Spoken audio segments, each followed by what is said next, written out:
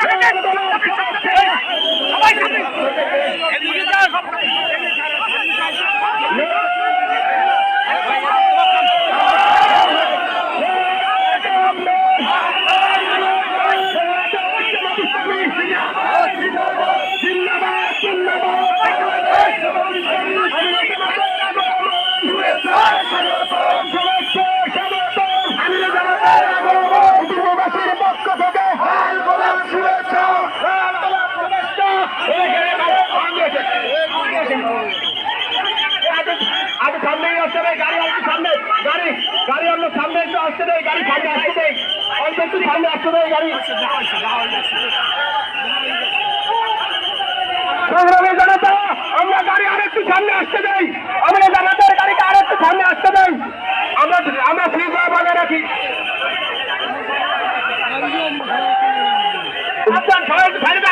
একটু দিয়ে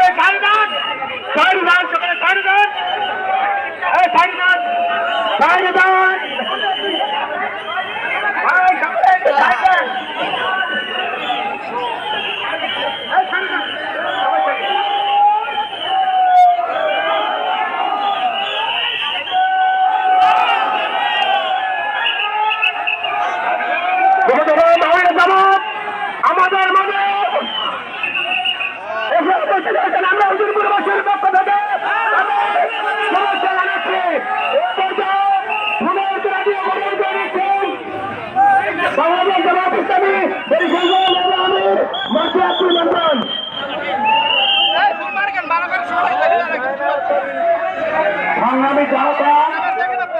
বাংলাদেশ জনতা হুজিরপুর ধানিপাড়া বাসীর উদ্দেশ্যে মহতারাম আমিরে জামাত এখন আপনাদের সম্মুখে গুরুত্বপূর্ণ বক্তব্য পেশ করছেন বিশ্ব ইসলামী আন্দোলনের অন্যতম পুরোধা জনাব ডাক্তার শফিকুর রহমান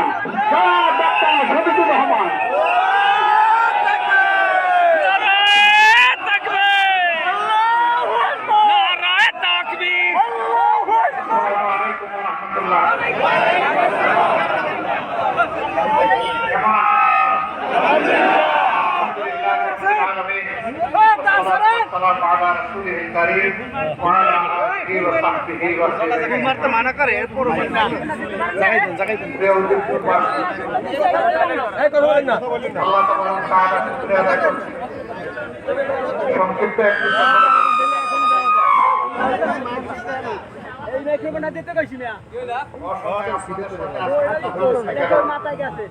আল্লাহ মোলাকাতকে আমার জন্য এবং আমাদের সকলের জন্য কল্যাণ করে হিসেবে কবুল করুন। আমিন। আপনারা এই সময় এখানে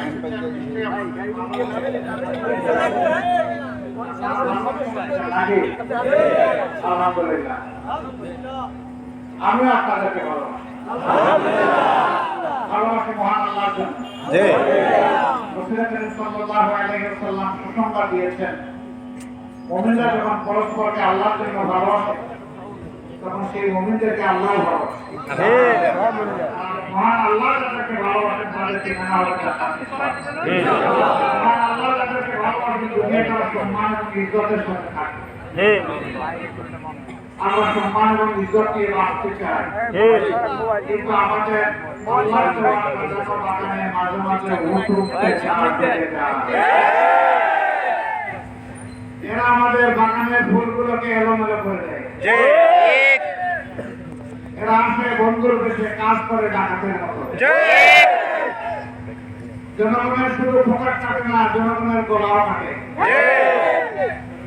মানুষ ফোন করে করে, গুম করে মানুষের ইজ্জত লুণ্ঠন করে, চাঁদাবাজি এবং দখলদারির মাধ্যমে মানুষের জীবনকে অতিষ্ঠ করে তোলে।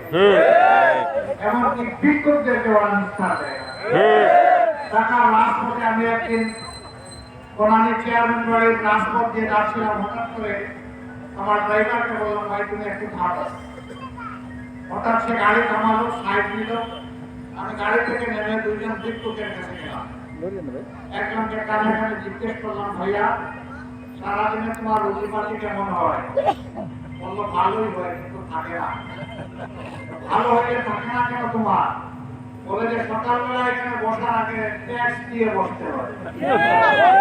জিজ্ঞেস করলাম কাকে ট্যাক্স দাও? সরকারকে? বলছি না, কেডার কেডার চিনে?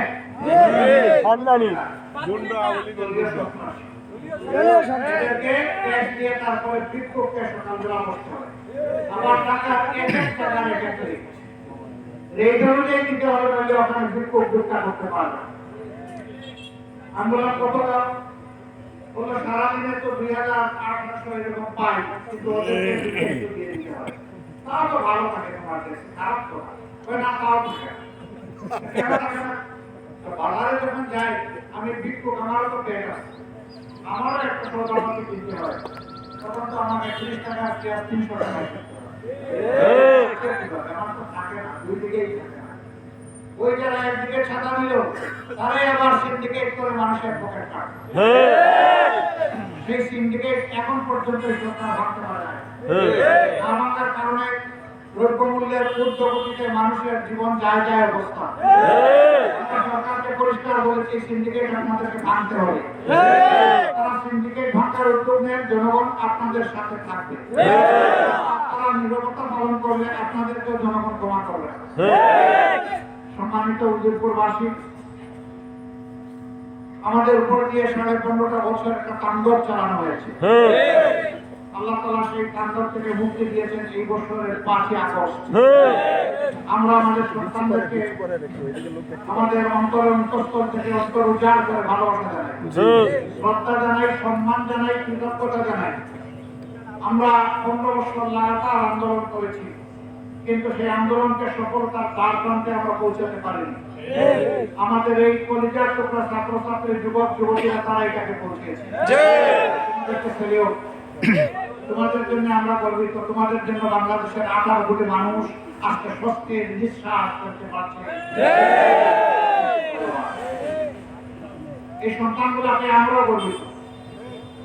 আল্লাহ তাআলা এদেরকে তাইয়্যিব হায়াত দান করুন। আমরা আগামীতে এদের হাতে, এরকম যুবকদের হাতে আমরা বাংলাদেশ তুলে দিতে চাই। তারা বলবে আর আমরা তাদের জন্য দোয়া করবো এবং পিছন থেকে সাহায্য করবো ইনশাআল্লাহ।